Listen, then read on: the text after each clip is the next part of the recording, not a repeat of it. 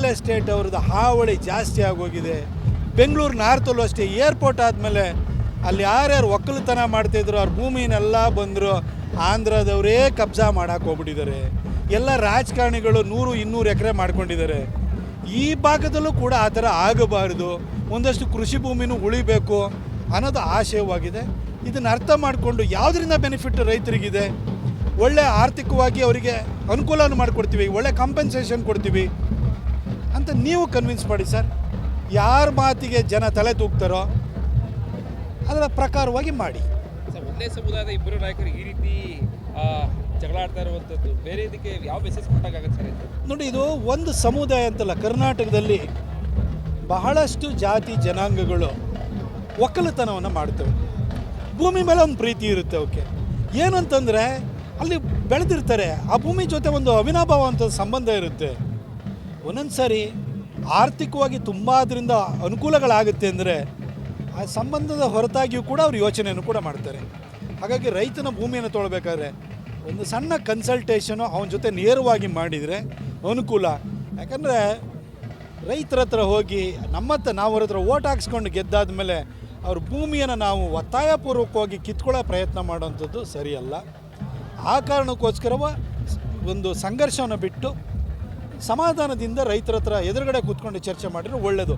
ಒಂದಷ್ಟು ಬೈತಾರ್ರಿ, ಸೋಷಿಯಲ್ ಮೀಡ್ಯಾದಲ್ಲಿ ಬೈತಾರಲ್ವಾ, ಸೋಷಿಯಲ್ ಮೀಡಿಯಾವ್ರು ಯಾರು? ನಮ್ಮ ರೈತರು ಮಕ್ಕಳೇ ಇರೋದು, ಕೆಟ್ಟದಾಗ ನಮಗೆ ಬೈತಿರ್ತಾರೆ. ಎದುರುಗಡೆ ಬೈಸ್ಕೊಂಡ್ರೆ ನಮ್ಗೆ ಕೋಡ್ಗುಡ್ಡ ಆಗುತ್ತಾ? ನಾವು ಬಂದಿರೋದು ಸೇವೆ ಮಾಡೋಕ್ಕೆ ತಾನೇ. ಏನು ರೈತರು ನಮ್ಮನ್ನು ಬಂದ್ಬಿಟ್ಟು ಅಣ್ಣ ನೀನೇ ಬರಬೇಕು, ನೀನಿಲ್ದೇ ಏನು ಸೇವೆ ಮಾಡೋಕ್ಕೆ ಯಾರು ಜನ ಇಲ್ಲ ಅಂತ ಕರೆದಿದ್ರು? ನಾನು ಸೇವೆ ಮಾಡ್ತೀನಿ ಅಂತ ನಾವು ಬಂದಿರೋದು. ಹಂಗಾದ್ಮೇಲೆ ರೈತ ಸೇವೆ ಮಾಡಲಿಕ್ಕೆ ಅವಕಾಶ ಕೊಟ್ಟರೆ ರೈತ ಒಂದು ಕಟುವಾಗಿ ಮಾತಾಡ್ಬೋದು, ಟೀಕೆನೂ ಮಾಡ್ಬೋದು, ಬೈಲುಬೋದು.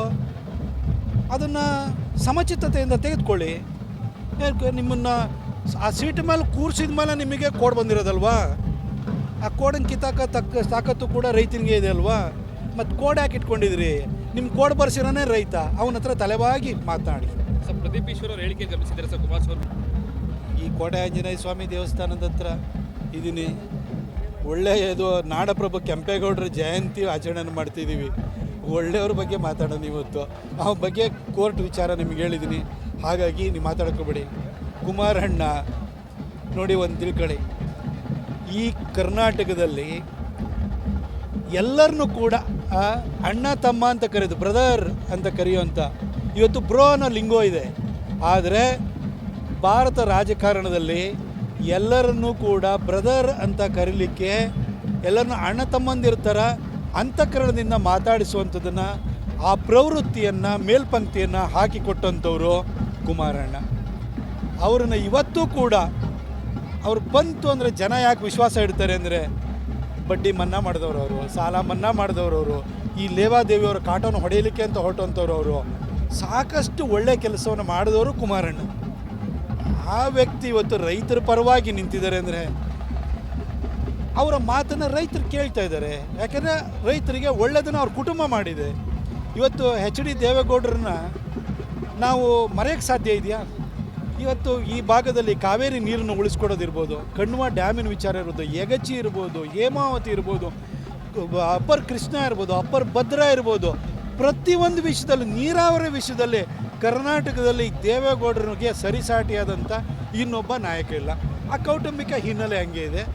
ಆ ಹಿನ್ನೆಲೆಯಿಂದ ಬಂದಂತಹ ಕುಮಾರಣ್ಣನು ಕೂಡ ರೈತರ ಬಗ್ಗೆ ಅಂತಃಕರಣ ಇಟ್ಕೊಂಡು ಕೆಲಸವನ್ನು ಮಾಡಿದ್ದಾರೆ. ಅವರು ಇವತ್ತು ರೈತರ ಭೂಮಿಯನ್ನು ಕಿತ್ಕೊಳ್ಳುವ ವಿಚಾರದಲ್ಲಿ ಧ್ವನಿ ಎತ್ತಿದ್ದಾರೆ.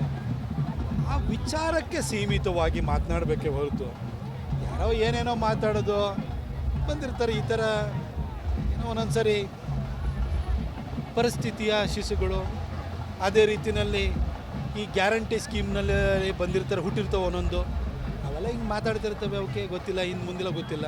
ಆದರೆ ಚಿಕ್ಕಬಳ್ಳಾಪುರದಲ್ಲಿರುವಂಥ ಬಲಿಜರು ಇರ್ಬೋದು, ಗೌಡ್ರು ಇರ್ಬೋದು, ನೆಕ್ಸ್ಟು ಇವನ್ನ ಠೇವಣಿನೂ ಬರೆದಂಗೆ ನೋಡ್ಕೊಳ್ಳೋ ಕೆಲಸನ ಮಾಡ್ತಾರೆ. ಆದರೆ ನಾನು ಈ ಥರ ಸಾರ್ವಜನಿಕ ಜೀವನದಲ್ಲಿ 40 ವರ್ಷ 50 ವರ್ಷ ರಾಜಕೀಯ ಅನುಭವ ಹೊಂದಿರೋರನ್ನ ತುಚ್ಛವಾಗಿ ಏಕವಚನದಲ್ಲಿ ನಿಂದಿಸುವಂಥದ್ದು, ಅವರ ಏನು ಒಂದು ವಿಶ್ವಾಸಾರ್ಹತೆಯನ್ನು, ಅವರ ಕ್ರೆಡಿಬಿಲಿಟಿನ, ಕ್ರೆಡೆನ್ಷಿಯಲ್ಸನ್ನು ಪ್ರಶ್ನೆ ಮಾಡುವಂಥ ಕೆಲಸವನ್ನು ಯಾವುದೇ ಯುವ ರಾಜಕಾರಣಿಗಳು ಮಾಡೋಕ್ಕೆ ಹೋಗಬಾರ್ದು. ತಾರ್ಕಿಕವಾಗಿ ವಸ್ತುನಿಷ್ಠವಾಗಿ ಟೀಕೆ ಮಾಡೋದ್ರಲ್ಲಿ ಖಂಡಿತ ತಪ್ಪಿಲ್ಲ.